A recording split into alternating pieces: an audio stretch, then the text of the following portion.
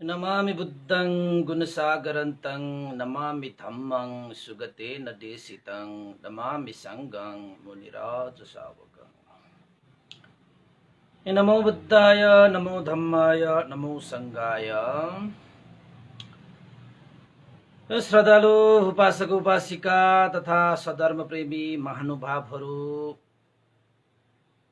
बिहानको 9 बजिसकेको छ र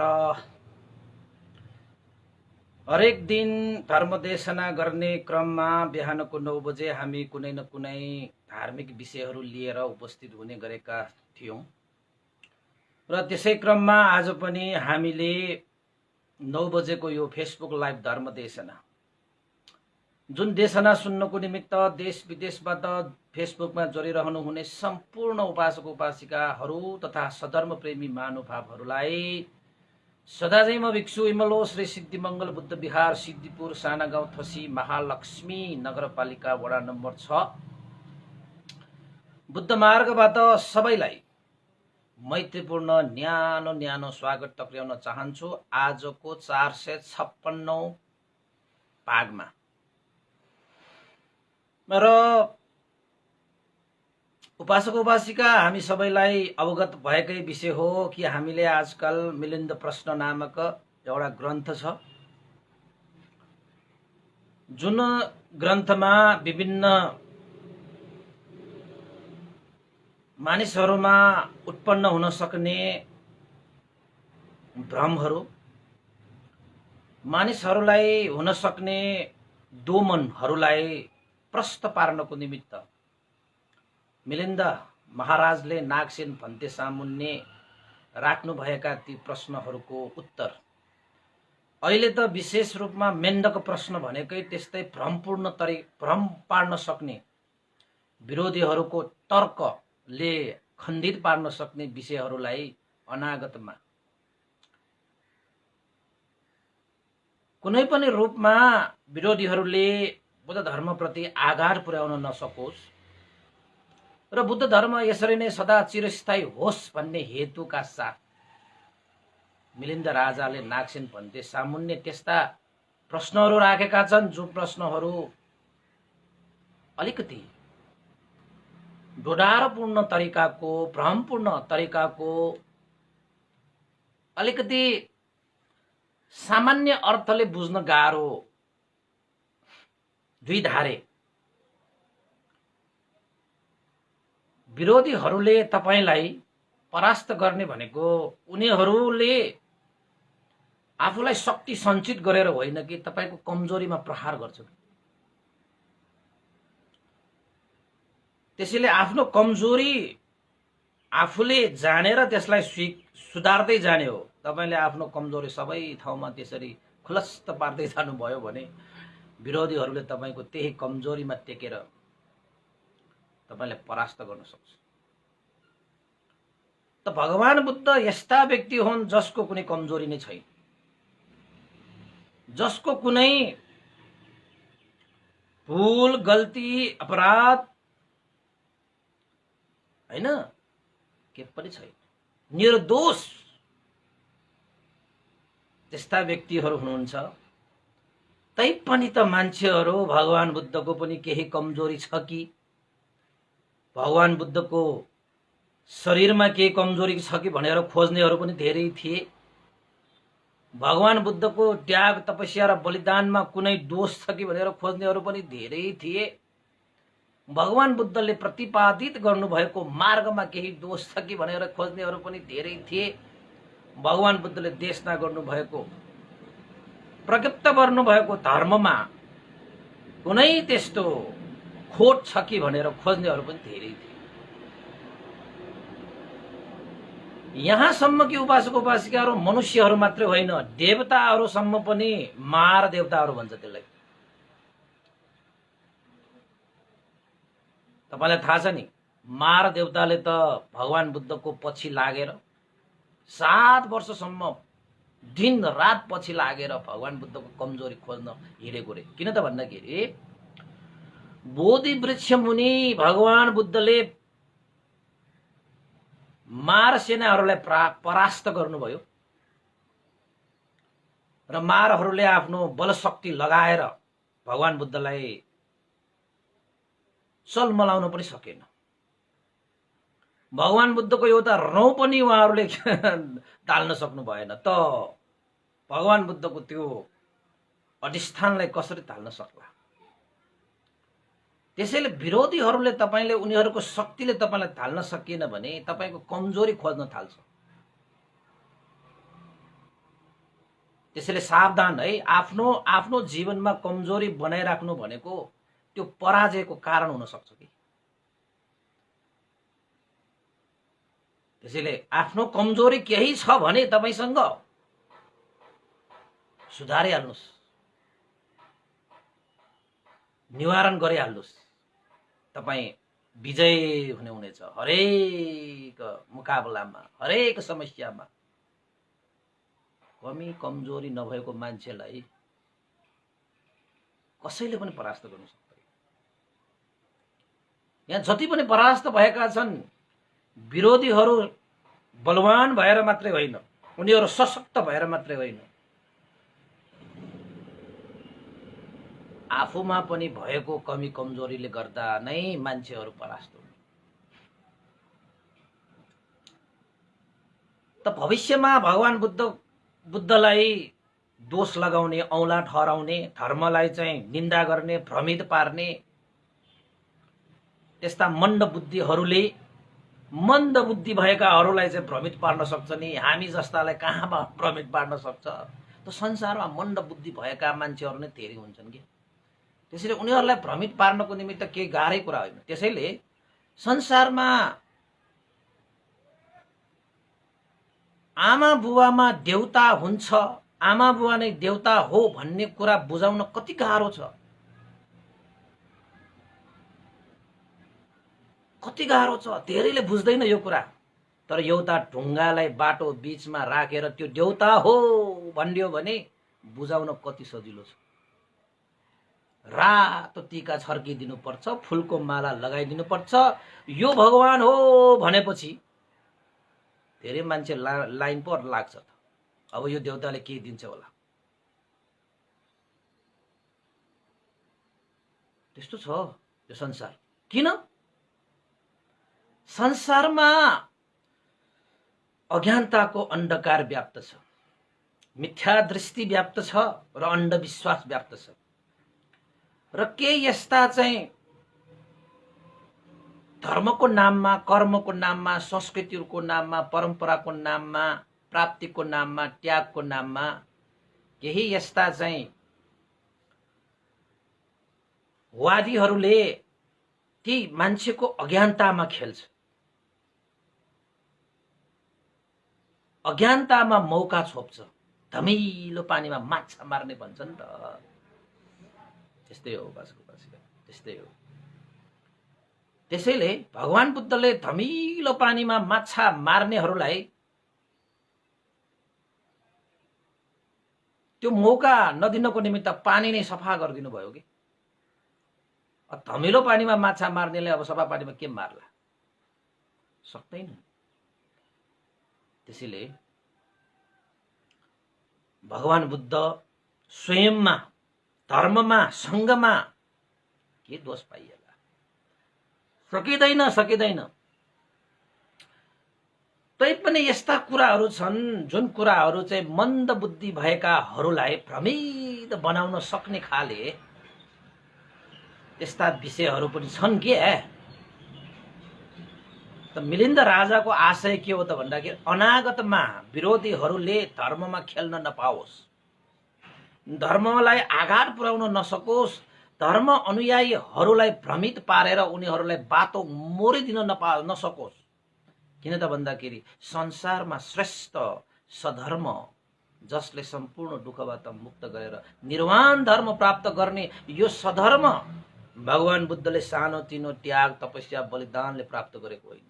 सत्तो प्राणीहरूको लागि हित सुख गर्नको निमित्त भगवान बुद्धले त्याग, तपस्या र बलिदानद्वारा चाहिँ निर्वाणको ढोका खोलिदिनु भयो। यस्ता व्यक्तिहरू पनि छन्, यस्ता वादीहरू पनि छन् जसले निर्वाणको ढोका ठुनेर आफ्नो मिथ्या दृष्टिको ढोका खोलेर अन्धविश्वासको ढोका खोलेर मागी खाने भाँडो बनाउन सक्नेछ। यस्तालाई अवसर नदिनको निमित्त अनागतमा त्यस्ता भ्रमहरू कसैले फैलाउँछ भने त्यो भ्रमजाललाई च्यातिदिनको निमित्त, त्यो भ्रमजालबाट मुक्त गर्नको निमित्त नागसेन भन्थे मेरा मेन्दक प्रश्नहरूको उत्तर दिनुस्।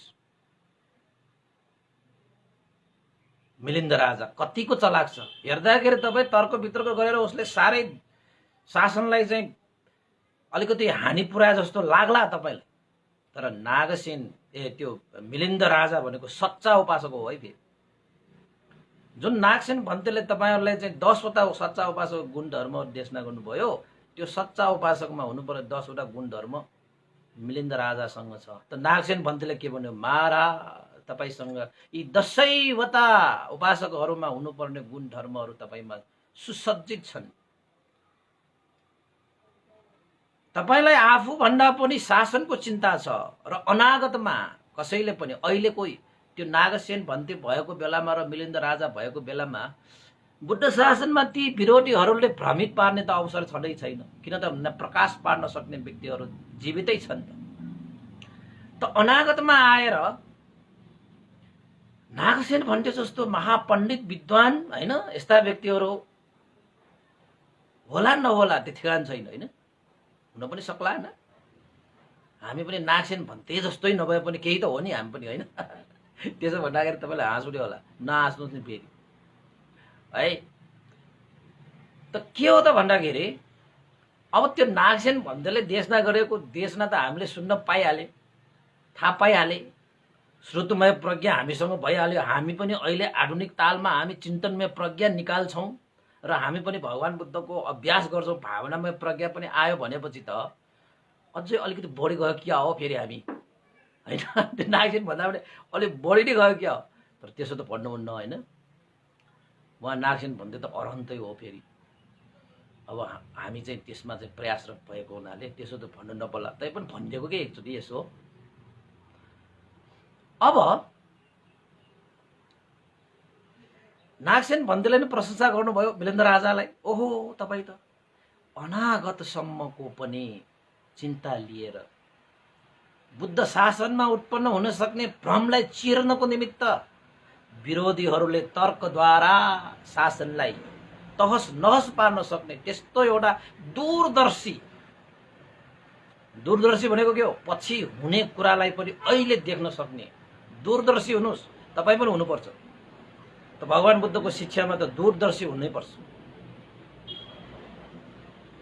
दूरदर्शी भनेको चाहिँ तपाईको अहिलेको घटनाक्रमले पछिको कुरा जान्न सक्ने, त्यसलाई दूरदर्शी भन्छ। तपाई कर्म र कर्मको फल तपाईले बुझ्ने बित्तिकै तपाई दूरदर्शी त हो नि। किन त भन्दाखेरि अहिले जुन कर्म गर्नु भएको छ तपाईले त्यस्तै फल पाउँछ भविष्यमा भन्ने कुरा तपाईलाई पक्का भयो भने तपाई दूरदर्शी त हो नि। त्यसैले कर्म र कर्मवादीको सिद्धान्त अनुसार भगवान बुद्धले तपाईले देशना गर्नु भएको अनुसार त्यो धर्म तपाईले सिक्नु भयो भने तपाई दूरदर्शीगामी हुन्छ। तपाई यो कर्म गएपछि हामी यसरी गति प्राप्त हुन्छ, त्यो त भविष्यको हो नि, अनागतको हो नि। त्यो त तपाईलाई अहिले नि थाहा छ। किन थाहा छ? कर्म र कर्मको फलको विषयमा तपाईले श्रुतमय ज्ञान, चिन्तनमय ज्ञान र भावनामय ज्ञान तपाईले अनुभव गर्नुभएको छ भने तपाई दूरदर्शी भएन। कति मान्छेहरू बुद्ध धर्म सिकेको हुन्छ, जानेको हुन्छ, अभ्यास गरेको हुन्छ, तर दूरदर्शी हुँदैन। त्यस्ता मान्छे कर्म र कर्मको फलमा उनीहरूले पूर्ण रूपमा त्यो जानेकै छैन। त्यसैले उनीहरू दूरदर्शी हुन नसके। मेरो मान्यता के हो त भन्दाखेरि भगवान बुद्धको सिद्धान्त अनुसार तपाईले जीवन यापन गर्नुभयो भने तपाई दूरदर्शी हुन्छ। बहुश्रुतवाला हुन्छ। अहिलेको जीवनमा पनि तपाईले चाहिँ सुन्दर पाराले तपाईले जीवन यापन गर्न सक्नुहुन्छ। उत्सवको रूपमा यो जीवनलाई तपाईले सम्पन्न यो बहुश्रुतले गर्छ। तपाईको भविष्य पनि सुनिश्चित गर्छ। त्यो केले गर्छ? दूरदर्शी तपाईलाई थाहा भएको व्यक्तिले मात्रै हुन्छ। ओ त्यो दूरदर्शी भनेको पनि के हो, अहिलेको कर्ममा निर्धार हुन्छ कि भविष्य भनेको। तपाईले अहिले जे गर्नु भएको छ नि त्यो त तपाईको भविष्य बन्छ कि। शरीर वचन मनबाट जुन तपाईँले कर्मलाई सृजना गर्नुभएको छ त्यो सृजनाले तपाईँको भविष्य बन्ने हो कि उपासक उपासिका। त हामी वर्तमानमा सही रूपमा, उचित रूपमा, सम्यक रूपमा, कुशल रूपमा जिउनु भनेको नै वर्तमान जीवनलाई पनि सुन्दर बनाएको भइहाल्यो। किन त भन्दाखेरि अहिले नै तपाईँ जीवित मानमै तपाईँले कुशल धर्म कर्म गरिरहनु भएको छ भने यसैमा तपाईँको जीवन सुगन्ध हुन्छ। अत्तर पाउडरै दल्नु पर्दैन, मेकअपै गर्नु पर्दैन, तपाईँ सुन्दर हुन्छ, सुगन्ध हुन्छ। माइकै फुक्नु पर्दैन, तपाईँको नाम जगमगाउँछ संसारभरि, यसकृति फैलिन्छ।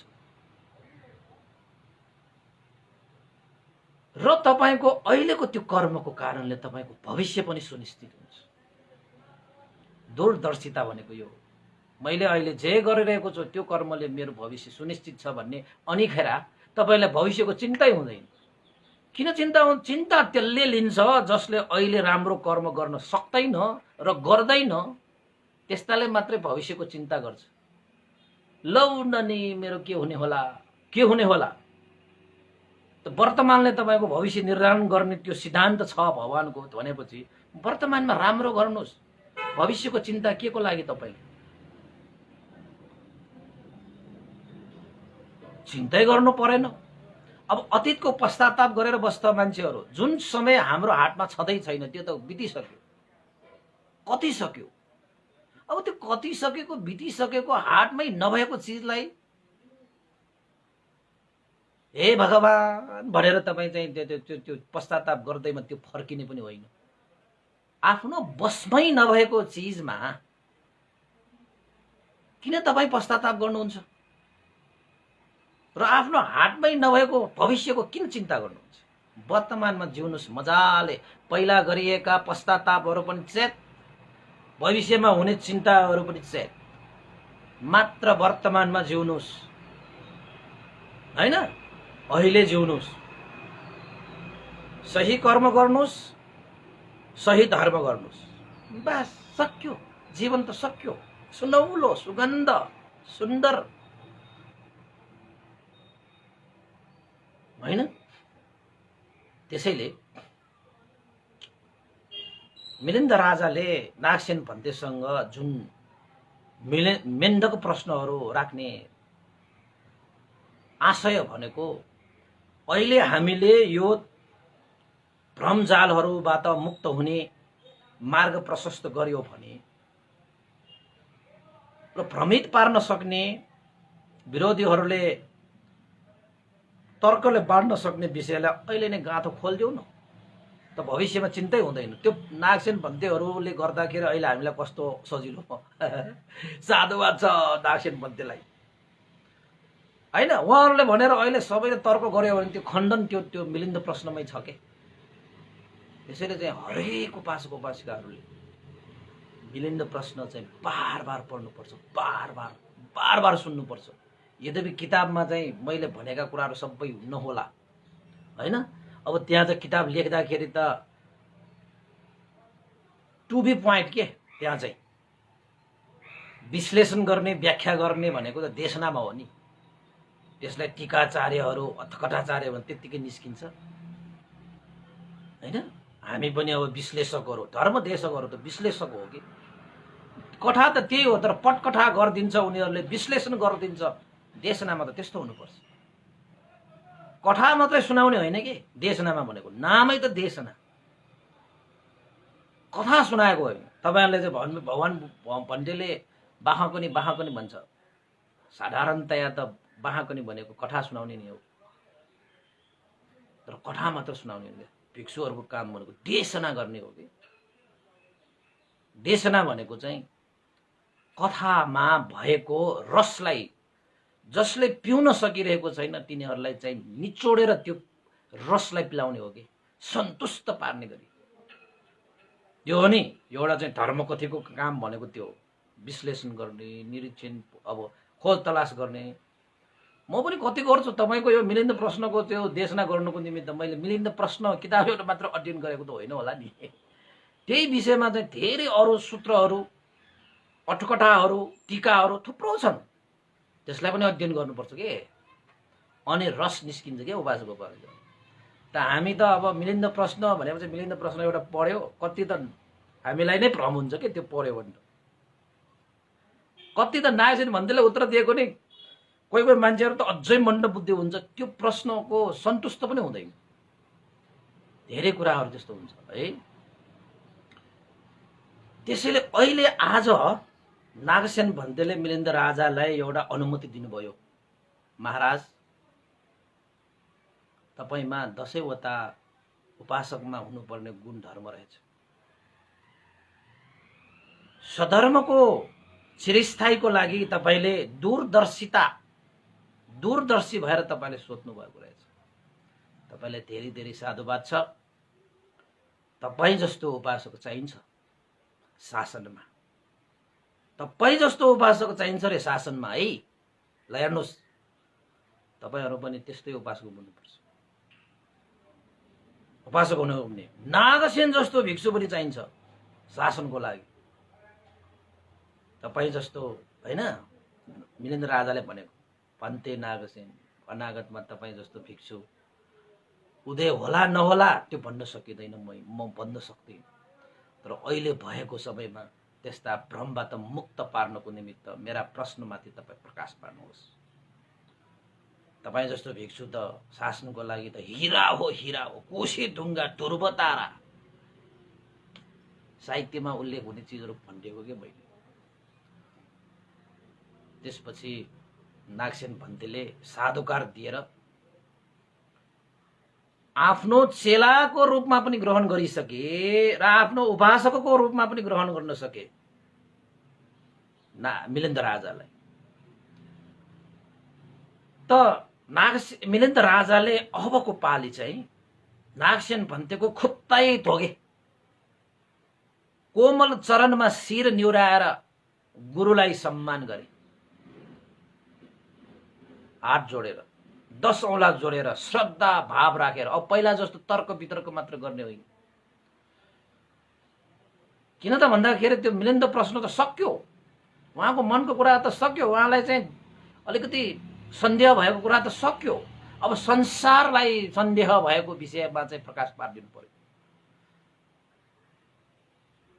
नागसेन भन्तेलाई वन्दना गरेर कोमल चरणमा हैन शरण ग्रहण गरेर 10 औँला जोडेर मिलिन्द राजाले नागसेन भन्तेलाई भन्नुभयो, भन्ते नागसेन तपाईहरुलाई पनि यो विषय चाहिँ हैन श्रद्धाले तपाईले ग्रहण गरिरहनु भएको होला यो विषयलाई, तर प्रज्ञा लगाएर हेर्ने हो भने तपाईले पनि यो त हो त भन्ने तपाईलाई पनि लाग्छ।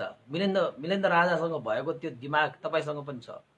उहाँले चाहिँ दिमाग त निकाल्नु भयो, तपाईले निकाल्नु भएन, त्यति मात्रै हो फरक। त्यो नागसेन भन्तेसँग भएको त्यो कुरा हाम्रो दिमागमा हुन्छ, उहाँले निकाल्नु भयो, हामीले निकालेन, त्यही मात्र फरक हो। अब मैले त निकाल्दिए है, फेरि तपाईहरु पनि निकाल्नु पर्यो, त्यही हो कुरा। के भन्नुभयो त भन्दाखेरि भन्ते नागसेन हामीले भगवान बुद्धलाई पूजा गर्दछौं, विभिन्न विधि अपनाएर हामीले भगवान बुद्धलाई त पूजा गर्छौं, सत्कार गर्छौं, आदर गर्छौं, गौरव गर्छौं। बाटोमा कहीं कतै गए पनि हामी कस्ता छौं त भगवानको प्रतिमा देख्ने बित्तिकै हाम्रो शिर निहुरिहाल्छ, बिहार देख्ने बित्तिकै छातीमा हात राख्न पुगिहाल्छ, हृदयमा हो भगवान शास्ता है।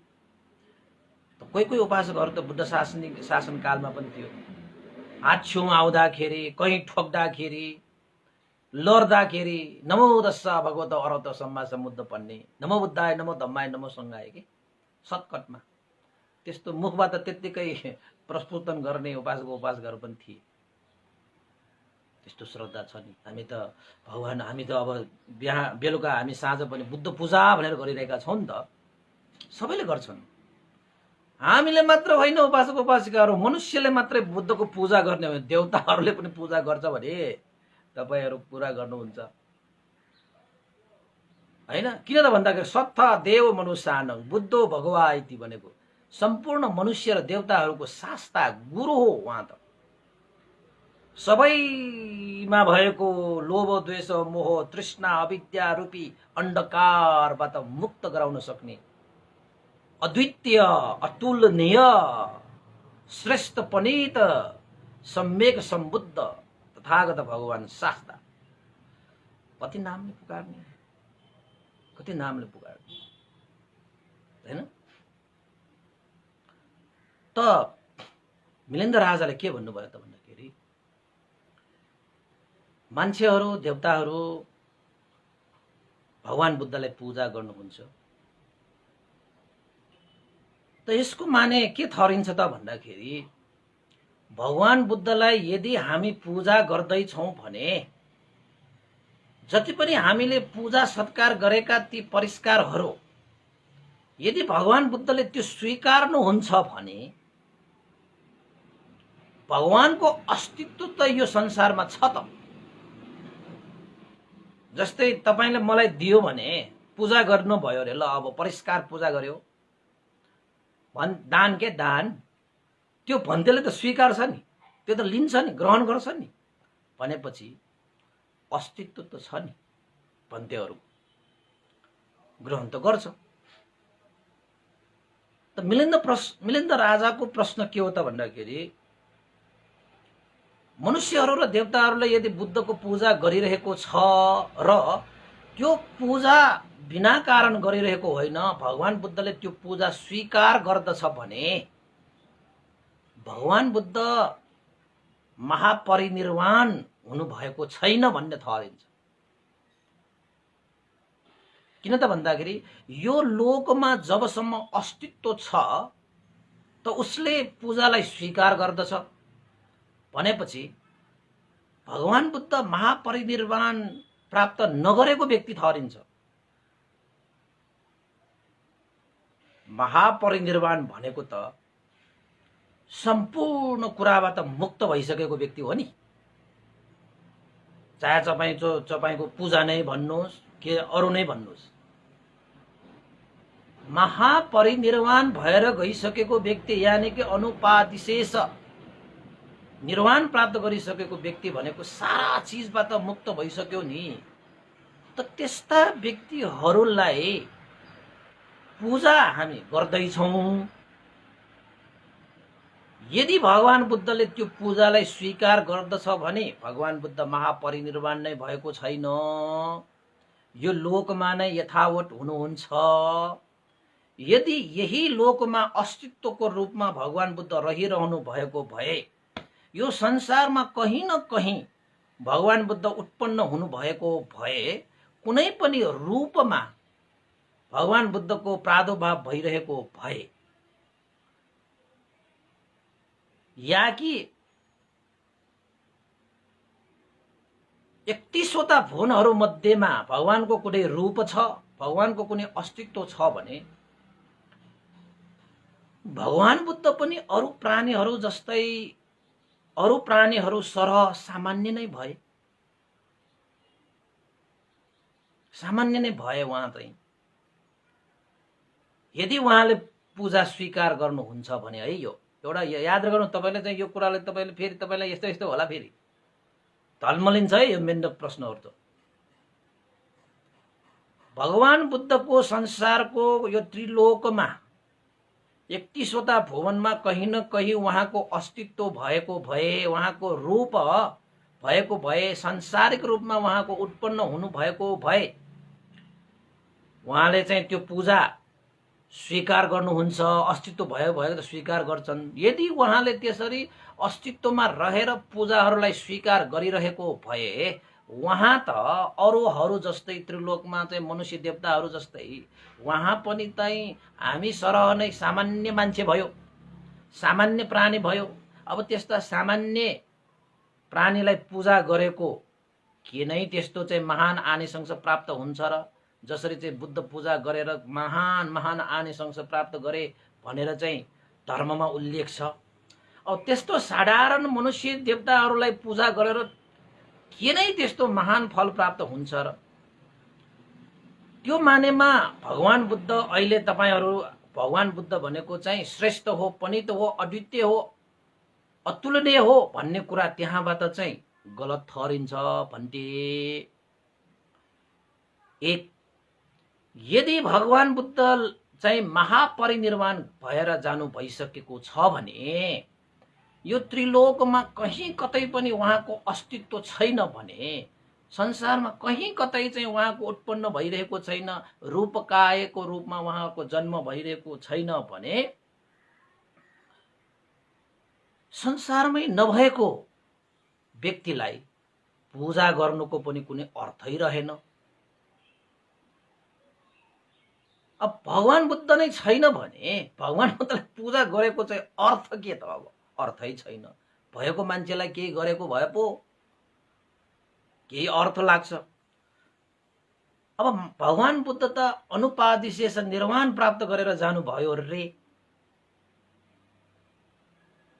कोही विरोधीहरूले अब महापरिनिर्वाण गरेर भइसकेको संसारमै नभएको मान्छेलाई पूजा आजा गरेर चाहिँ के अर्थ लाग्यो र, व्यर्थ भएन र भन्ने तर्क पनि गर्लान्।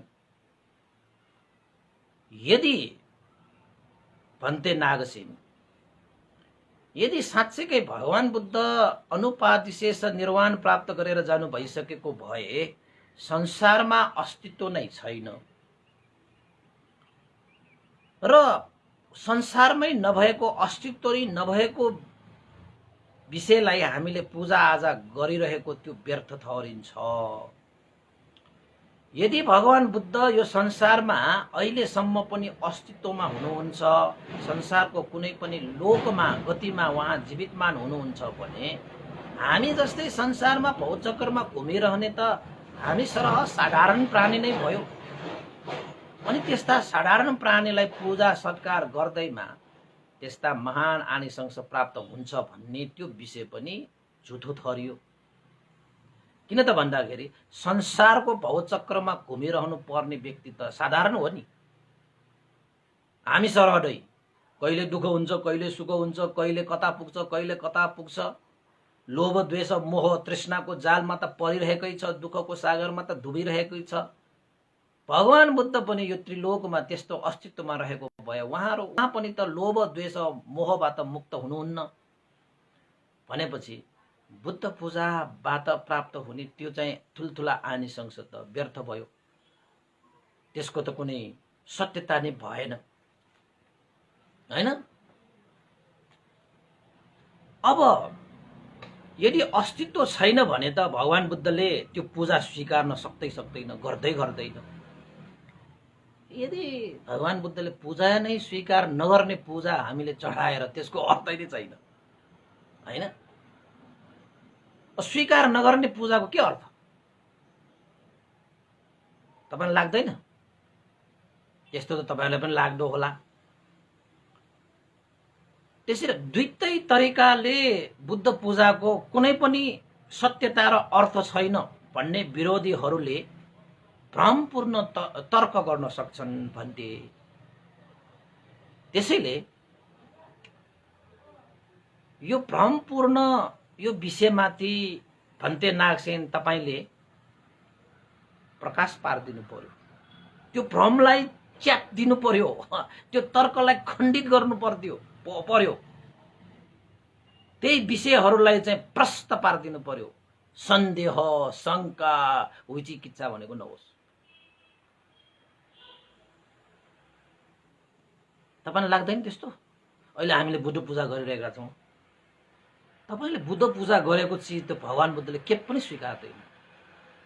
भगवान बुद्ध त्यो लिँदैन के तपाईले पूजा गरेको।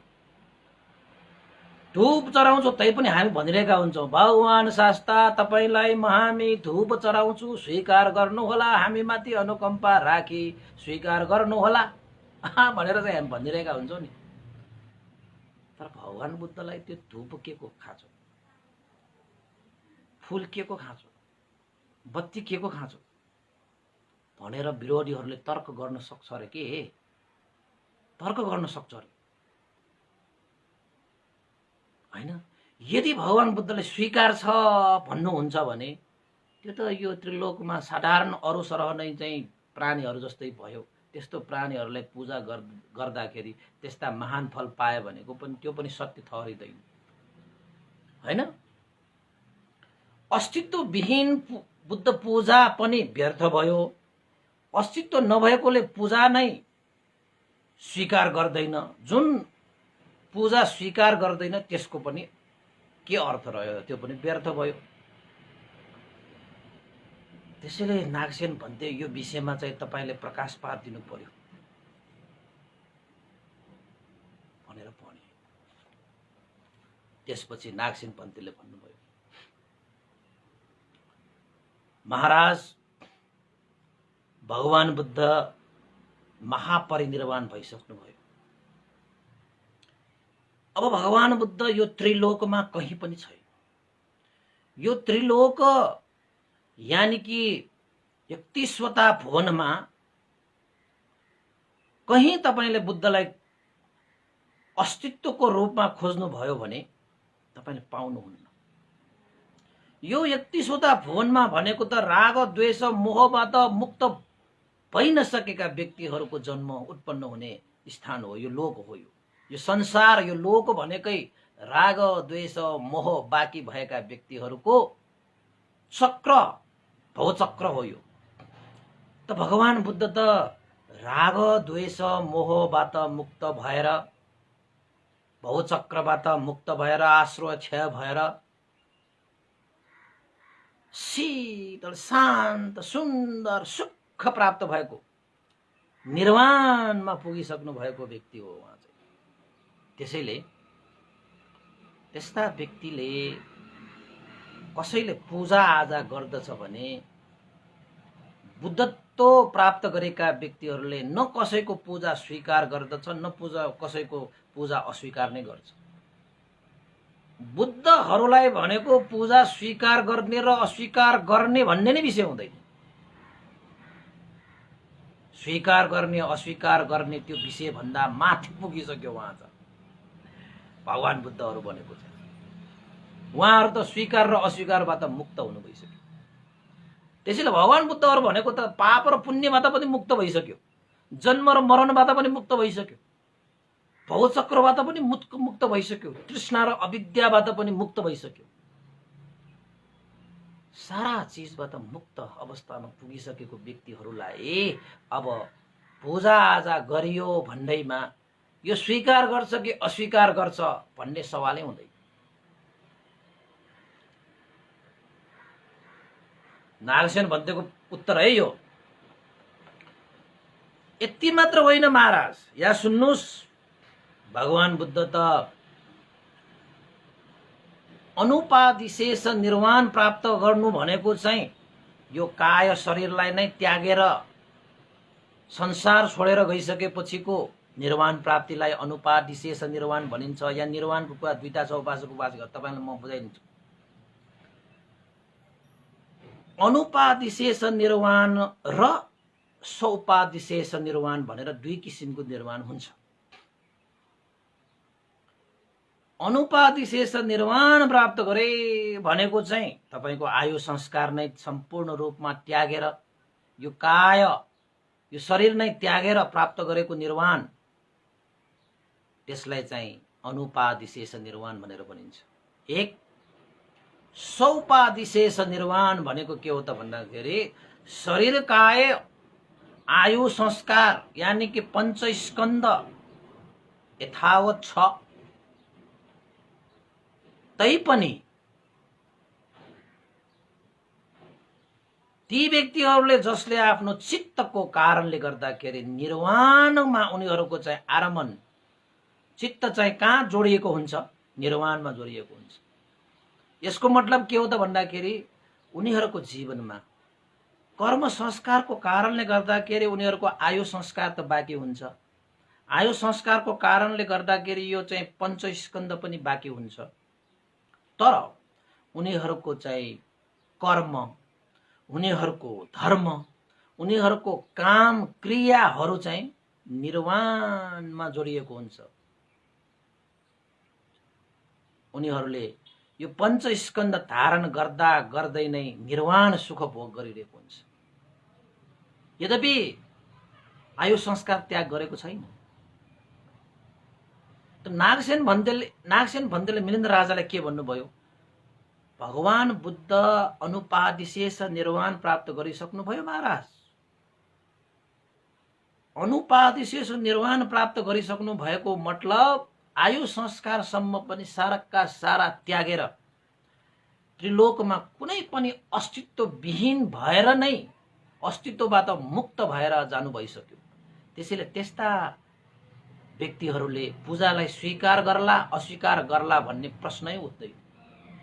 र अर्को कुरा, अनुपादिशेष निर्वाण प्राप्त गरिसकेपछि मात्रै भगवान बुद्धले पूजालाई स्वीकार र अस्वीकारको कुरा होइन। जब भगवान बुद्धले 35 वर्षको उमेरमा बुद्ध गया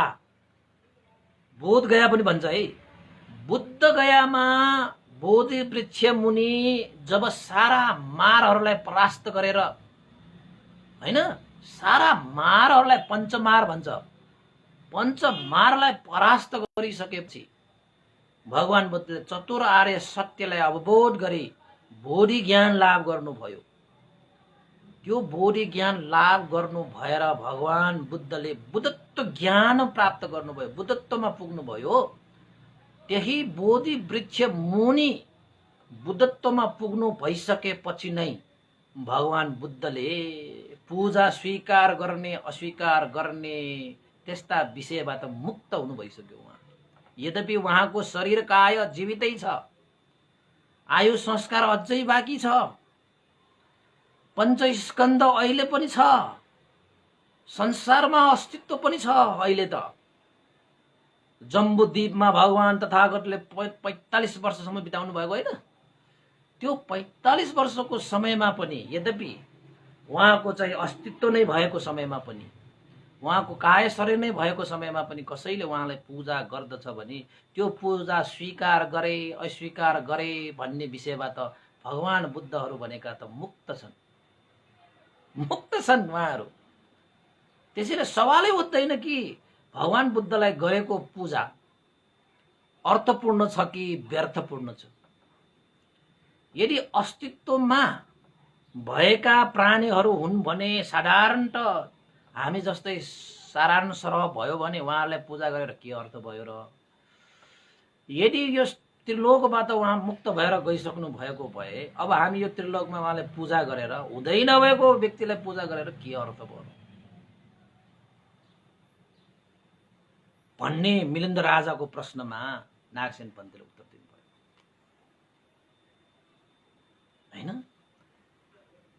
त मान्छेहरूले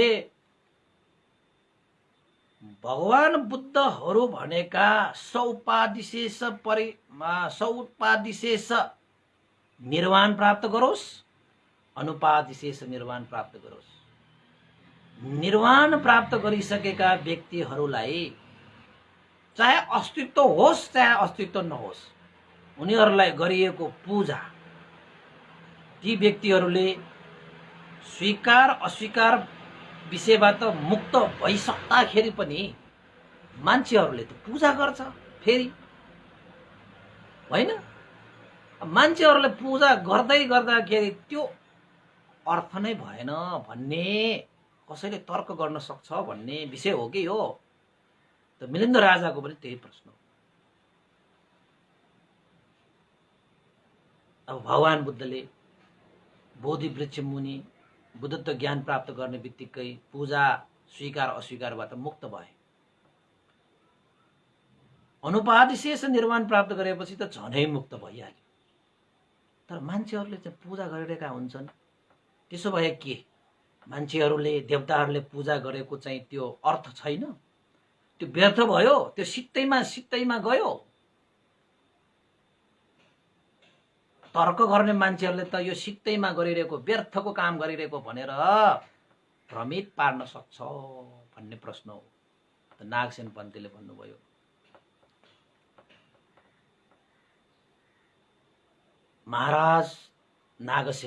महाराज मिलिन्द, जो कोही व्यक्ति पनि महापरिनिर्वाण भइसकेपछि परिनिर्वाण प्राप्त गरिसकेपछि पूजा स्वीकार अस्वीकारको कुनै कुरा नै हुँदैन। जब भगवान बुद्धले बोधि वृक्ष मुनि बुद्धत्व प्राप्त गरिसकेपछि सौपादिशेष निर्वाण प्राप्त गर्दाखेरि त पूजालाई स्वीकार अस्वीकारबाट मुक्त भइसकेको व्यक्तिलाई अनुपादिशेष निर्वाण प्राप्त गरिसकेको व्यक्तिले अब पूजा स्वीकार अस्वीकार गर्छ भन्ने सवालै उठ्दैन। त्यसैले महाराज धर्म सेनापति सारीपुत्र भन्तेले पनि भगवान बुद्धको विषयमा पूजा सत्कारको विषयमा यसरी उद्गार व्यक्त गर्नुभएको छ। धर्म सेनापति सारीपुत्र भन्ते भनेको थाहा छ? धर्मको सेनापति हो कि भगवान बुद्धको चाहिँ हैन, जुन प्रतिपादन गर्नुभएको धर्म छ त्यो धर्मको सेनापति, मूल मान्छे भनेको भगवानको सेनाको सेनापति हो के सारीपुत्र भन्तेको। त्यसैले भगवान सारीपुत्र भन्तेलाई धर्म सेनापति भन्छ। किन? भगवान बुद्ध पछि भगवान बुद्धको धर्म चक्रलाई प्रवर्तन गर्न सक्ने कोही अरू छ भने त्यो सारीपुत्र भन्ते हो। प्रज्ञामा एतदग्ग प्राप्त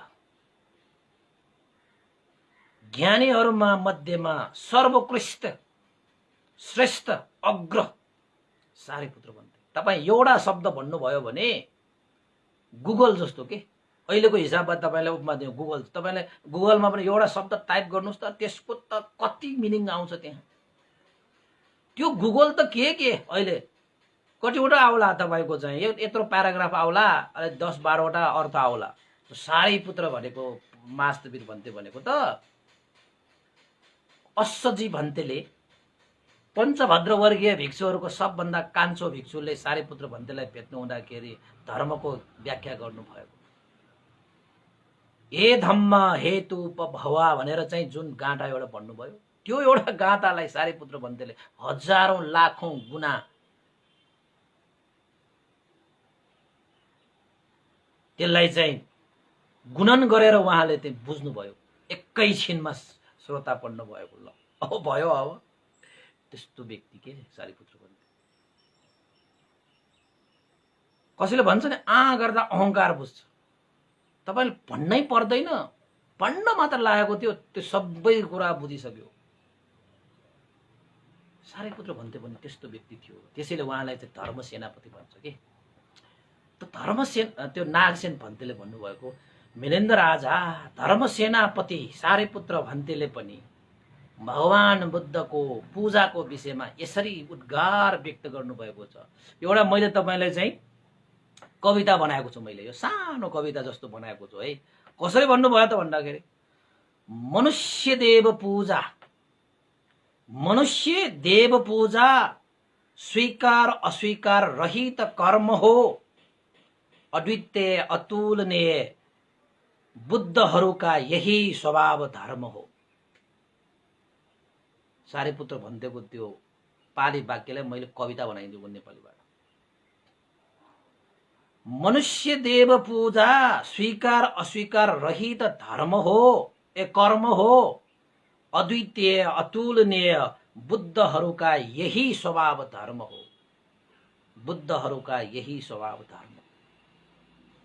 यसलाई पाली भाषालाई नेपाली भाषाबाट यसलाई अब कविताको रूपमा होइन, मैले अर्थको रूपमा मात्रै तपाईलाई प्रकाश पार्नु भन्दाखेरि के भनिन्छ त भन्दाखेरि सारीपुत्र भन्तेले पनि भगवान बुद्धको पूजाको विषयमा यसरी भन्नुभएको छ।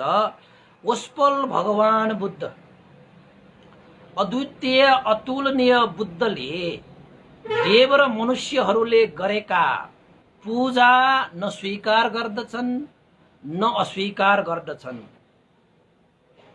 वहाँ बुद्धहरू पूजा स्वीकार र अस्वीकारबाट मुक्त हुनु भइसकेको छ। यही बुद्धहरूको स्वभाव धर्म हो, यही बुद्धहरूको स्वभाव धर्म हो भनेर सारीपुत्र भन्तेले पनि पाली गाथामा यसरी व्यक्त गर्नुभएको छ। बुद्ध भगवानहरूको यो गौतम बुद्धको होइन मात्रै यो स्वभाव धर्महरू होइन। जति पनि यो संसारमा बुद्ध भएर गएका छन् नि, ती बुद्धहरू कसैले पनि पूजालाई स्वीकार गरे अस्वीकार गरे भन्ने नै हुँदैन।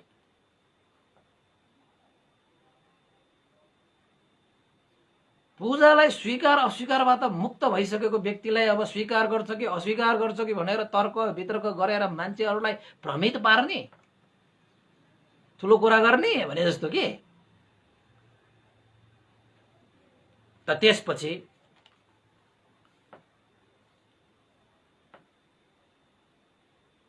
नागसेन भन्तेले भन्नुभयो, यो कुराबाट पनि थाहा हुन्छ नागसेन महाराज कि भगवान बुद्धहरू पूजा स्वीकार अस्वीकारबाट मुक्त हुनु भइसकेको छ। त मिलिन्द राजाले तर्क गरे।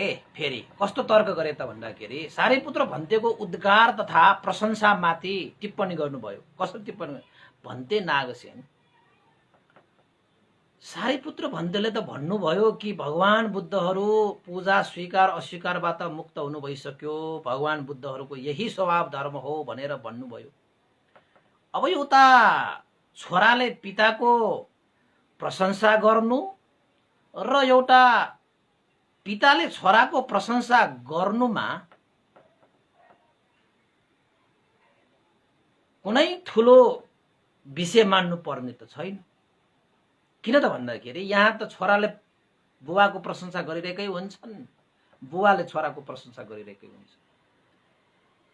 त्यसैले यो छोराले बुवा, बुवाले छोराको प्रशंसा गराइबाट, यानि कि त्यो प्रशंसाको कारणले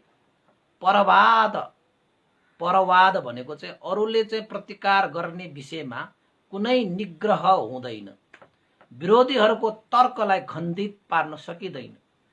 विरोधीहरूले त के भन्छन् भन्थे, छोराले आफ्नो बुवाको प्रशंसा गरेर पनि त्यसलाई चाहिँ सत्य मान्न सकिएला। पिताले आफ्नो छोराको प्रशंसा त गरिहाल्छन् नि, छोराले पनि पिताको प्रशंसा त गरिहाल्छन् नि, यो त साधारण कुरा हो। यस्ता विषयले चाहिँ भ्रमलाई निवारण गर्न सकिँदैन, भ्रम निवारण पनि हुँदैन।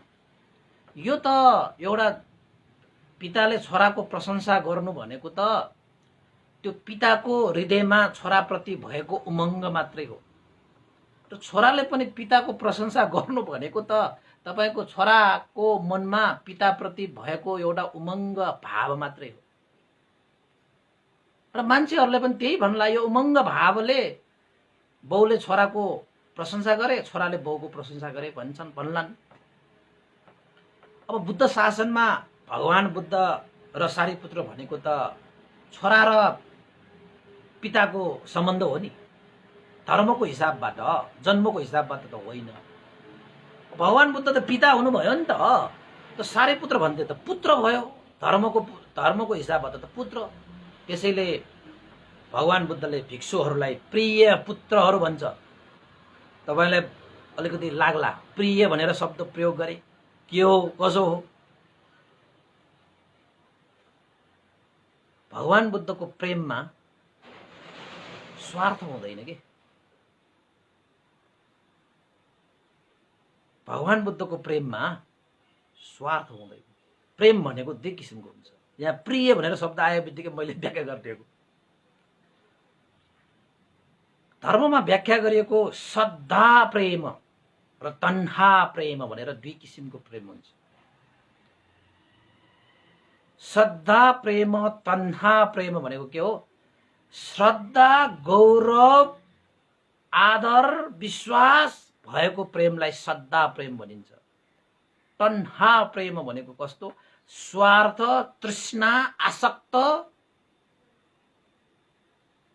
हैन, प्राप्ति लुकेको प्रेमलाई चाहिँ तन्हा प्रेम भनेर व्याख्या गरिएको छ। श्रद्धा प्रेम भने त्यसको ठिक उल्टो। त्यसमा श्रद्धा हुन्छ, आस्था हुन्छ, विश्वास हुन्छ, त्यहाँ त्याग हुन्छ। कति मिठो छ है यो प्रेमको विषयमा। त भगवान बुद्धले प्रेम तो जायते भयं, प्रेम तो जायतो भयं भनेको प्रेमले भय उत्पन्न गराउँछ भनेको। कस्तो प्रेमले? तन्हा प्रेमले। तपाईँ भगवान बुद्ध, धर्म, कोही कोही व्यक्तिहरूलाई तपाईँलाई पनि प्रेम लाग्ला नि, प्रेम त जाग्ला नि। तर त्यहाँ प्रेममा दुई किसिमको प्रेम हुन्छ। श्रद्धा प्रेम कि तन्हा प्रेम? तन्हा भनेको तृष्णाले युक्त भएको प्रेम, श्रद्धा प्रेम भनेको श्रद्धाले युक्त भएको प्रेम। श्रद्धा प्रेम भनेको मैत्री करुणा हो। तन्हा प्रेम भनेको तृष्णा र आसक्ति हो। बस छुट्यो। त त भगवान बुद्धले पनि भिक्षुहरूलाई भन्नुहुन्छ प्रिय पुत्रहरू भनेर, होइन? तर उहाँको श्रद्धा प्रेम के आफ्ना चाहिँ शासनमा आइरहेका त्यस्तो त्याग गरेर आएका व्यक्तिहरूप्रति भगवान बुद्धको मैत्री छ, करुणा छ। त्यस्तो प्रेम गर्न सिक्नुहोस्। तर भगवान बुद्धको शासनमा यो प्रेम प्रेम भन्ने शब्द त हुँदैन, मैत्री र करुणा मात्रै हुन्छ। मैत्री र करुणा भनेकै श्रद्धा प्रेम हो के। कुरा यति बुझ्नुहोस् न तपाईहरुले। त एउटा पिताले छोरालाई श्रद्धा प्रेम गर्छ कि एउटा आमाले छोरीलाई श्रद्धा प्रेम गर्छ कि त्यसमा तन्हा प्रेम मिसाइदियो भने आँसु झर्ने त हो नि हैन। श्रद्धा प्रेममा त त्याग हुन्छ। तपाईले आफूलाई प्रिय लाग्ने विषयबाट वञ्चित हुनु पर्यो भने तपाईको आँखाबाट आँसु आउँछ नि। तन्हा प्रेम पनि रहेछ उपासक उपासिकाहरु। त्यो तन्हा प्रेमबाट पनि मुक्त हुनुपर्ने हो हैन। त्यसैले नागसेन भन्तेलाई मिलेन्द्र राजाले के भन्नुभयो, एउटा उमङ्ग हुन्छ छोराप्रति बुवालाई उमङ्ग हुन्छ, बुवालाई छोराप्रति उमङ्ग हुन्छ र छोराले बुवाको प्रशंसा गरिरहेकै हुन्छ र बुवाले छोराको प्रशंसा गरिरहेको हुन्छ। त्यो त उनीहरूको चाहिँ मनको एउटा उमङ्ग भाव मात्र हो। अरूले चाहिँ त्यो प्रशंसालाई चाहिँ एउटा उमङ्ग मात्र हो भन्लान्। विरोधीहरूको हैन यो तर्क र भ्रमलाई खण्डित पार्न र भ्रमजालबाट मुक्त पार्नको निमित्त यही एउटा तर्कले त पुग्दैन होइन। त्यसैले नागसेन भन्तेलाई मिलेन्द्र राजाले के भन्नुभयो त भन्दाखेरि, भन्ते नागसेन सधर्मको प्रतिस्थापन गर्नको निमित्त सम्यक रूपले यो विषयलाई प्रकाश पार्दिनु होला। यो सारीपुत्र भन्तेले यसरी उद्गार व्यक्त गर्नु भएको छ भनेर मात्रै हामीले विरोधीहरूको तर्कलाई खण्डित पार्न खोज्यो भने उनीहरूले त यो त छोराले बुवालाई प्रशंसा गरेको जस्तो भइहाल्यो नि भनेर उनीहरूले चाहिँ अर्को वितर्क गर्ला। त्यसैले यसलाई चाहिँ भविष्यमा कुनै पनि भ्रममा नपार्नको निमित्त हैन, त्यो भ्रमलाई खण्डित पार्नको निमित्त विरोधीहरूको तर्कलाई चाहिँ खण्डित पार्नको निमित्त चाहिँ राम्रोसँग प्रकाश पारिदिनु होला भन्टे भनेर मिलिन्द्र राजाले सोधे। त्यसपछि राजाले के भने, सुन्नुस् महाराज, भगवान बुद्ध महापरिनिर्वाण हुनु भइसक्यो, त्यसमाथि पनि वहाँ त अनुपादिशेष महापरिनिर्वाण पनि हुनु भइसक्यो।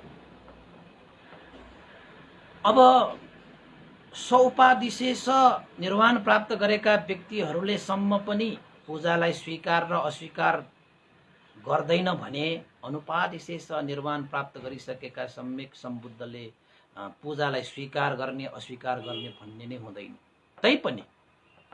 तैपनि महाराज, देवता र मनुष्यहरूले भगवान बुद्धलाई पूजा गरिरहेको हुन्छ,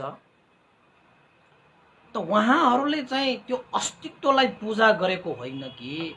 यद्यपि भगवान बुद्धहरू यो संसारबाट अनुपादिशेष निर्वाण प्राप्त गरेर जानु भइसके तापनि भगवान बुद्धको शरीर धातु यो संसारमा बाँकी छ। धातु त महापरिनिर्वाण भएर गएको छैन। उहाँको शरीर धातु भनेको तपाईहरुलाई थाहा छ नि। उहाँ चाहिँ महापरिनिर्वाण हुँदाखेरि भगवान बुद्धको चाहिँ दन्त धातु, केश धातु, अस्थि धातु, विभिन्न धातुहरू त अहिलेसम्म पनि भगवान बुद्धको जीवितै छन् नि, अहिलेसम्म पनि बाँकी नै छन् नि, छैन र? छ। त्यसैले चाहिँ हामीले चाहिँ बुद्ध पूजा गर्दाखेरि पनि हामीले भन्नेका हुन्छौं सुपति थितङ भनेर चाहिँ हैन, यो चैत्यङ सब्बङ भनेर चाहिँ जब सबै चैत्यहरूलाई पूजा गरिरहेका हुन्छन्। मनुष्य देवताहरूले शरीर धातु यानी कि बुद्धका अवशेष हरूलाई पूजा गरेर यानी कि शरीर काय रत्नलाई हैन पूजा सत्कार गौरव राखी पूजा गरेर, तथा जस्तै तपाईहरुको चाहिँ नेपालमा पनि कति धातुहरू छन्, हाम्रो बिहारमा पनि छ धातु, नेपालमा पनि धेरै बिहारहरूमा पनि छन् हैन।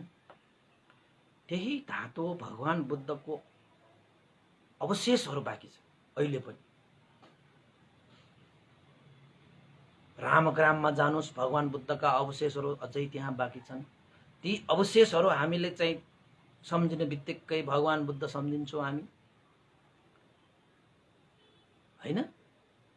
भगवान बुद्धका धर्म सम्झिन्छौँ हामी, भगवान बुद्धका ज्ञान गुणका कुराहरू हामी सम्झिन्छौँ। त्यसैले यो मनुष्य र देवताहरूले जुन यो पूजा गरिरहेको यो शरीर रत्न, शरीर काय रत्न भनेको यसलाई, त्यसलाई चाहिँ पूजा गरिरहेका हुन्छन्। त्यति मात्र होइन महाराज, भगवान बुद्धले देशना गर्नुभएका 84,000 धर्मस्कन्धहरू छन्। त भगवान बुद्धले देशना गर्नुभएका ती 84,000 धर्मस्कन्धहरूलाई मनुष्य र देवताहरूले त्यो धर्मलाई आफ्नो हृदयमा धारण गरेर, यानी कि बुद्धद्वारा प्रतिपादित सधर्म रत्न, यानी कि ज्ञान रत्न अनुकूल धर्मानुकूल आचरण गरी, धर्म पूजा गरी तीनै प्रकारको सम्पत्ति प्राप्त गरी लिन सक्छ। यदि तीनै प्रकारको सम्पत्ति प्राप्त गरी लिन सक्छ भने बुद्ध पूजाको अर्थ हुँदैन भनेर कसरी तर्क गर्न सकिन्छ? यद्यपि तपाईले गरेको पूजा बुद्ध स्वयंले स्वीकार त गर्दैन। यद्यपि उहाँ महा अनुपादिशेष निर्वाण प्राप्त गरेर जानु भइसक्यो, उहाँको शरीर काय नै छैन। शरीर काय नभएपछि मात्रै स्वीकार नगरेको त होइन। यो संसारमा 45 वर्षसम्म यहाँ चाहिँ जीवितमान काय शरीर लिएर भगवान बुद्ध जीवितमान हुनुभयो। त्यो बेलामा पनि कसैले अगाडि गएर पूजा गर्दाखेरि पनि बुद्धहरूको स्वभाव धर्म भनेको पूजा स्वीकार गर्ने अस्वीकार गर्ने नै हुँदैन। तर विषय के हो त भन्दाखेरि मान्छे र देवताहरूले त पूजा गरिरहेकै हुन्छन्। किन त भन्दाखेरि भगवान बुद्धको गुण धर्मलाई सिरोपर गरेर, उहाँका अवशेषहरूलाई सम्झिने बित्तिकै भगवान बुद्धका 9वटा गुणलाई झल झल चल चल चल सम्झे, आफ्नो हृदयमा त्यस्ता गुण धर्महरूलाई चाहिँ समाहित गरिसकेपछि फिटकिरी भन्ने ढुङ्गा पानीमा हालेपछि त्यो पानी सफा भएर गए जस्तै हामीले पनि भगवान बुद्धको गुण धर्मलाई हृदयमा हालेपछि हाम्रो मन पनि शीतल शान्त भएर जाँदैन कि जान्छ कि? त्यो फल होइन त, व्यर्थ भयो त। अब त भगवान बुद्ध यो संसारमा अस्तित्वमा नभए पनि भगवान बुद्धका अवशेषहरू, धातुहरू अझै पनि जीवितमान छन्। धातुको त महापरिनिर्वाण भएको त छैन। त्यो मानेमा रूपकाय अस्तित्व नभए पनि अवशेष त बाँकी छ। ती अवशेषले हामीलाई बुद्धका गुणहरूलाई स्मरण गर्न सहज तुल्याउँछ। त्यसैले हामी पूजा गर्दछौँ, देवताहरू पनि पूजा गर्छौँ। त्यति मात्र होइन महाराज, मनुष्य र देवताहरूले भगवान बुद्ध संसारबाट गइसक्नु भए तापनि भगवान बुद्धले देशना गर्नुभएको धर्म त बाँकी छ। फेरि ती धर्महरूलाई आफ्नो जीवनमा आचरण गरेर, धारण गरेर, पालन गरेर भगवान बुद्धलाई पूजा गर्ने हो। त्यो पूजा भनेको धर्म पूजा हो। त भगवान बुद्धले कुशल मङ्गल कल्याण दुःखबाट मुक्त हुने त्यस्तो धर्म हामीलाई देशना गर्नुभएको त्यो धर्मलाई धारण गरेर बुद्धलाई पूजा गर्नु, त्यसलाई धर्म पूजा भनिन्छ होइन? आमिष पूजा र धर्म पूजा भनिन्छ होइन? आमिष भनेको जुन विभिन्न विषयवस्तुहरू, चिजवस्तुहरूलाई चढाएर गर्ने पूजालाई आमिष पूजा। अब भगवान बुद्धको देशना सुनेर त्यो देशना अनुसार हृदयमा धारण गरेर त्यसलाई आचरण पालन गरेर बुद्धलाई स्मरण गर्ने, बुद्धलाई पूजा गर्ने, त्यो कसरी व्यर्थ हुन सक्छ? त्यो धर्म पूजा गरे बापत त सम्पूर्ण प्राणीहरूले तीनैवटा सम्पत्ति प्राप्त गर्न सक्छ। तीनैवटा सम्पत्ति भनिसकेपछि यहाँ कस्तो मार्ग, फल र निर्वाण, जसलाई नवलोकोत्तर धर्म पनि भनिन्छ, तीनैवटा सम्पत्ति त्यसरी पनि प्राप्त गर्न सकिन्छ हैन? अब यो तीनवटा लोकबाट मुक्त पनि हुन सकिन्छ, त्यो पनि एउटा ठुलै सम्पत्ति हो। त्यो कसरी गर्न सकिन्छ त भन्दाखेरि भगवान बुद्धले देशना गर्नुभएको धर्मलाई आचरण गरेर पनि भगवान बुद्धको पूजा गरिन्छ। यद्यपि भगवान बुद्धले त्यो स्वीकार गर्ने अस्वीकार गर्ने त्यो विषय प्रमुख विषय होइन। भगवान बुद्धलाई पूजा गरेर आफ्नो हृदयलाई कति शुद्ध बनाए, कति पवित्र बनाए, त्यो पो मूल विषय हो त। त्यसैले महाराज जब भगवान बुद्धको पूजा गरेर भगवान बुद्धमा रहेका अद्वितीय अतुलनीय गुणधर्मलाई आफ्नो हृदयमा धारण गरेर आफ्नो हृदयलाई शीतल पार्दछ, शान्त पार्दछ भने कि त्यो अर्थ भएन र? यदि कसैले भगवान बुद्धले देशना गर्नुभएको धर्मलाई आचरण गरेर उसले तिनैवटा सम्पत्तिलाई प्राप्त गर्दछ भने के त्यो अर्थपूर्ण भएन र? यद्यपि भगवान बुद्धले कुनै पनि पूजा स्वीकार र अस्वीकार गर्ने भन्ने हुँदैन, मुक्त हुनु भइसक्यो। तैपनि हामीले गरेको कर्मले, हामीले गरेको धर्मले हामीलाई त तिनैवटा सम्पत्ति प्राप्त गर्ने अर्थसम्म पनि सिद्ध गर्छ भने भगवान बुद्धलाई पूजा गरेको हो कसरी व्यर्थ हुन सक्छ महाराज? कसरी व्यर्थ हुन सक्छ भनेर प्रश्न गरे है। त मिलेन्द्र राजाले के भन्नुभयो त भन्दाखेरि यो विषय त अलिकति प्रज्ञावान हुनेहरूले त यति भनेपछि पनि बुझ्छ भन्थे, यो चाहिँ म मान्छु, म त मान्छु। र मलाई त पनि थाहा छ कि भगवान बुद्ध पूजा स्वीकार अस्वीकारबाट मुक्त हुनु भइसक्यो। यद्यपि पूजाको ठुलै आनिसंश छ, फल छ, अर्थ छ। त तपाईले पनि मलाई भन्नुभयो, त्यो म त स्वीकार छु। तर अझै यसलाई प्रश्न पार्नको निमित्त उपमा सहित तपाईले चाहिँ प्रश्न पारिदिनु भयो भने अनागतमा भ्रमित पार्न सक्ने विरोधीहरूको तर्कलाई खण्डित पार्न मद्दत मिलोस्। केही उपमाहरू दिनुहोस्, नागसेन भन्थे, उपमाहरू दिनु भनेर मिलेन्द्र राजाले भने। अब उपमा पनि चाहिने के त्यसलाई, किन त भन्दाखेरि उपमा दियो भने धेरै कुराहरू छर्लङ्ग हुन्छ के उपासक उपासिका। नागसेन भन्थेले त यो अब सैद्धान्तिक विषयमा तपाईलाई फाइदा भएको अर्थ भएको कुरा मात्रै सुनाउनु भयो। सारीपुत्र भन्देको एउटा पनि अर्थ त्यो उद्गार पनि उपमा त दिनुभएको हो। तैपनि बाउले छोराले बाउलाई प्रशंसा गरे जस्तो भन्लान् तर्क गर्नेहरूले त अहिले पनि तपाईले सैद्धान्तिक रूपमा हो बुद्ध पूजा गरिसकेपछि मन कति शीतल हुन्छ, मन कति सफा भएर आउँछ। गुण धर्महरू समावेश भएपछि धर्मको अभ्यास गरेपछि त तिनैवटा सम्पत्ति पनि प्राप्त गर्न सकिन्छ, यो पनि अर्थै हो। त उपमा पनि दिएर सम्झाउनु भयो भने अझ थप स्पष्ट हुन्छ कि भन्थे नागसेन। र अनागतमा ती विरोधीहरूले तर्क गरेको भ्रम पारेको त्यसलाई खण्डित पार्न सक्नु। कति मजा छ है नागसेन भन्थे, ए मिलेन्द्र राजा पनि दुवै मजाको छ।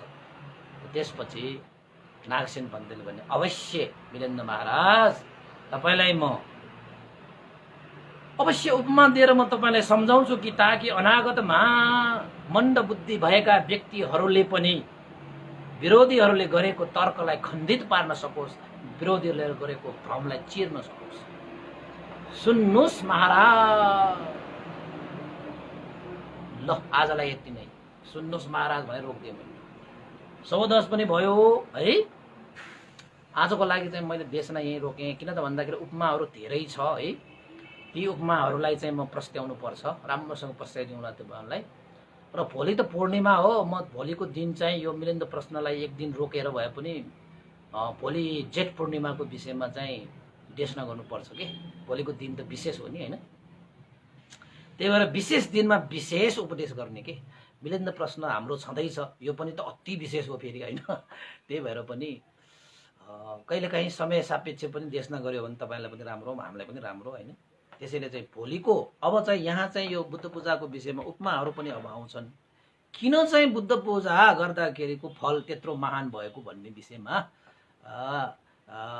उपमा सहितको तपाईँले चाहिँ व्याख्या गर्दै जाउँला। भोलि पूर्णिमा हो, तपाईँहरू पनि सक्नुहुन्छ भने अष्टशीलमा बस्नुहोस्। म भोलि तपाईँहरूलाई चाहिँ बिहान अष्टशील पनि दिउँला है। तपाईँहरू पनि अष्टशीलमा कोही बस्नेहरू छन् भने अष्टशील दिनुहोस् र जेठ पूर्णिमाको उपदेश म भोलि सुनाउँला। आजको लागि चाहिँ यो उपदेश मैले यहीँ क्रमशः गरेँ र भोलि पनि अब 9 बजे हामी देशमा त हुने नै छौँ। सबैलाई आजको यो विषय चाहिँ गम्भीर विषय हो होइन। यो विरोधीहरूले तर्क र भ्रमित पार्न सक्ने विषय भएकोले तपाईँहरूले चाहिँ यो आवश्यक छ। यसले चाहिँ राम्रोसँग बुझ्नुहोस् है। अझै थप तपाईँले पनि चिन्तना गर्नुहोस्। तपाईँहरूको पनि दिमाग छ होइन। दिउँसो यसो यो विषयमा अलिकति चिन्तना गर्नुहोस्। चिन्तनामय प्रज्ञा उत्पन्न हुन्छ, झनै ज्ञान बढ्छ होइन। त अन्तमा हामी अब पुण्यानुमन गरौँ। पुण्यानुमन गर्नको निमित्त असार 9 गते बुधबार है आजको दिनमा चाहिँ उपासक उपासिकाहरूको श्रद्धालाई अनुमोदन गर्न बाँकी नै छ। आजको दिन आदर्श शाक्य जन्मदिनको उपलक्ष्यमा शुभकामना व्यक्त गर्ने होइन। त्यस्तै गरी तपाईँको चाहिँ परित्राण गर्ने, भोजन गर्ने, त्यस्तै गरी चाहिँ उहाँको लागि चाहिँ छिबर एउटा दान गर्ने पनि उहाँले श्रद्धा गर्नुभएको छ है। आज जन्मदिन पर्नुहुने आदर्श शाक्य सौगलमा बस्नुहुने उहाँलाई चाहिँ जन्मदिनको उपलक्ष्यमा धेरै धेरै शुभकामना, सुस्वास्थ्य, दीर्घायु, मङ्गल कामना व्यक्त गर्न चाहन्छु। उहाँ चाहिँ आशा काजी शाक्य शर्मिला शाक्यका सुपुत्र हुनुहुन्छ है। उहाँ हिजो हाम्रो उपासिका मन्जु शाक्यले मलाई चाहिँ यो सम्पर्क गर्नु भएर यो चाहिँ नाम टिपाउनु भएको हो। हुन त लोकराज बजाचार्यको पनि टिपाउनु भएको हो। यो चाहिँ 10 गते भोलिको म भोलि नै भनौँला है। र आदर्श शाक्य जन्मदिनको उपलक्ष्यमा श्रद्धा दान स्वरूप रु 2500 पनि श्रद्धा व्यक्त गर्नुभएको छ। आदर्श शाक्यलाई जन्मदिनको उपलक्ष्यमा धेरै धेरै साधुवाद, सुस्वास्थ्य, दीर्घायु, मङ्गल, मैत्री कामना व्यक्त गर्न चाहे। त्यस्तै गरी दिवंगत बुबाजु यानि कि ससुरा पुण्यरत्न ताम्राकार है उहाँको सुगति निर्माण कामना गरेर परित्राण, पुण्यानुमोदन, भोजन दान आदि कुशल पुण्य सञ्चित गर्नको निमित्त बुहारी छोरीहरू बुहारी कञ्चन शोभा ताम्राकार टेङ्गल काठमाडौँ छोरी रूप हेरा ताम्राकार सपरिवारबाट पुण्य सञ्चितको लागि रु 2005 रुपियाँ श्रद्धा दान व्यक्त गर्नुभएको छ। उहाँहरूलाई धेरै धेरै साधुवाद छ र दिवंगत पुण्यरत्न ताम्राकारको सुगति निर्माण पनि कामना गर्न चाहे है। त्यस्तै गरी आजको दिन हाम्रा एकजना उपासिका हुनुहुन्छ सबिना शाक्य, बालकुमारी सत्य शाक्य होइन। उहाँहरू चाहिँ बालकुमारीबाट उहाँको छोरा सादिक शाक्यको आज जन्मदिन परेको हुनाले जन्मदिनको उपलक्ष्यमा निरोगी, सुस्वास्थ्य, दीर्घायु, उन्नति प्रगति, उन्नति, मङ्गल, मैत्री कामना गरेर उहाँ सबिना शाक्यले हिजो सम्पर्क गर्नुभएको थियो। छोरा सादिक शाक्यको जन्मदिनको उपलक्ष्यमा उहाँहरूले चाहिँ पुण्य पनि सञ्चित गर्ने, श्रद्धा दान स्वरूप रु 2500 पनि व्यक्त गर्नुभएको छ। साथै सबिना शाक्यका उहाँका बुबा आमाहरू बुद्धरत्न शाक्य, शर्मिला शाक्य, बहिनीहरू नील शाक्य, नीलम शाक्य परिवार र श्रवण निस्ता हो कि निस्ना हो शाक्य हो है। उहाँ निस्ता नै होला। उहाँहरू तपाईँहरूले मिलाएर सुन्नुहोस् है। उहाँहरू सबै परिवारको पनि उहाँले चाहिँ मङ्गल कामना गरेर आजको दिनमा सादिक शाक्यको जन्मदिनको उपलक्ष्यमा पुण्य सञ्चित गर्नुभएको छ। यो पुण्यको अनुभावले उहाँहरूले चाहिँ अब भोजन, परित्राण होइन, शुभकामना व्यक्त गर्ने आदि इत्यादि चाहिँ पुण्य कुशल सम्पादन गर्नुभएको छ। उहाँ हाम्रो सबिना शाक्य त हाम्रो चाहिँ रेगुलर धर्मदेशक धर्म श्रवण गर्ने उपासिका हुनुहुन्छ है। अहिले पनि सुनिरहेर बस्नुभयो होला, मुसु हाँसेर पनि बस्नुभएको होला। धेरै धेरै साधुवाद छ है उहाँलाई है। हरेक चाहिँ उहाँको उपलक्ष्य अवसरहरूमा यसरी उहाँले चाहिँ पुण्य सञ्चित गर्ने कुशल कार्यहरू गर्दै आउनुभएको छ। बिहारमा पनि उहाँ सारा परिवारहरू आउनुभएको थियो एकचोटि त है, दिनभरि बसेर जानुभएको थियो। धेरै धेरै साधुवाद छ है। त्यसै गरी रमिला महर्जन उपासिकाले पनि भनिदिएको धर्मदेशना सुनिरहेकोले धर्म पूजाको रूपमा श्रद्धा दान भनेर 1000 रुपियाँ पनि श्रद्धा व्यक्त गर्नुभएको छ र सुस्वास्थ्यको पनि कामना गर्नुभएको छ र मङ्गल कामना पनि गर्नुभएको छ है। त्यस्तै गरी हिजो एउटा छुट्टिएको जस्तो पनि लागेको थियो। आमा शिल हिरा तुलाधरको पुण्यतिथिमा उहाँले चाहिँ सुगति निर्माण कामना गरे पुण्य सञ्चित गर्नुभएको छ है। छोरा सुरजधर है, छोरी निता लीना र स्मिता र बबी उहाँहरूको परिवारबाट दिवंगत होइन आमा शील हिरा तुलाधरको सुखद निर्माण कामना गरेर पनि श्रद्धा दान स्वरूप रु 1500 पनि व्यक्त गर्नुभएको छ है। र हिजो एउटा छुटेको जस्तो भएकोले मैले चाहिँ आज पनि मैले दोहोऱ्याएको, मलाई चाहिँ हिजो याद भएन। उहाँले चाहिँ यो चाहिँ 8 गते भनेर लेख्नु भएकोले हिजो भनेन होइन, त्यो खासै केही छैन। आज पनि मैले भनिदिएँ र उहाँहरू सबैलाई पुण्य प्राप्त होस् है, तपाईँ हामी सबैलाई पनि पुण्य प्राप्त होस्। र आजको यो पुण्यको प्रभावले श्रद्धेय गुरुवर ज्ञान पूर्णिक महास्तवीर भन्ते लगायत सम्पूर्ण गुरुजनहरू स्याडो पन्था वंश लगायत सबैलाई चाहिँ सुखद निर्वाण प्राप्त होस् भनेर पनि पुण्य सञ्चित गरे। त्यसपछि देवताहरू, अमनुष्यहरू, सत्व प्राणीहरू साथसाथै तपाईँ हामीका इष्टमित्र ज्ञाति बन्धु सबैलाई पनि पुण्य लाभ भई सबैको हित सुख मङ्गल कल्याण होस् भनेर चाहिँ आशिका गर्दै पुण्य अनुमोदन गर्न चाहे। भोलि पूर्णिमाको दिन अष्टशील सहित धारण गरेर हामी देशना गर्नेछौँ जेठ पूर्णिमाको विशेषता बारेमा। भवतु सर्वमङ्गलम्। इदं नो ज्ञातिनं होतु सुखितावन्तु ज्ञातयो। इदं नो ज्ञातिनं होतु सुखितावन्तु ज्ञातयो। इदं नो ज्ञातिनं होतु सुखितावन्तु ज्ञातयो। एतावता सम्मेहि सम्भतं पुण्यसम्पदं सब्बे देवानुमोदन्तु सर्वसम्पत्तिसिद्धिया। एतावता सम्मेहि सम्भतं पुण्यसम्पदं सब्बे सत्तानुमोदन्तु सर्वसम्पत्तिसिद्धिया। एतावता सम्मेहि सम्भतं पुण्यसम्पदं सब्बे भूतानुमोदन्तु सर्वसम्पत्तिसिद्धिया। साधु साधु साधु। भवतु सर्वमङ्गलं। सबैको मङ्गल होस्, कल्याण होस्।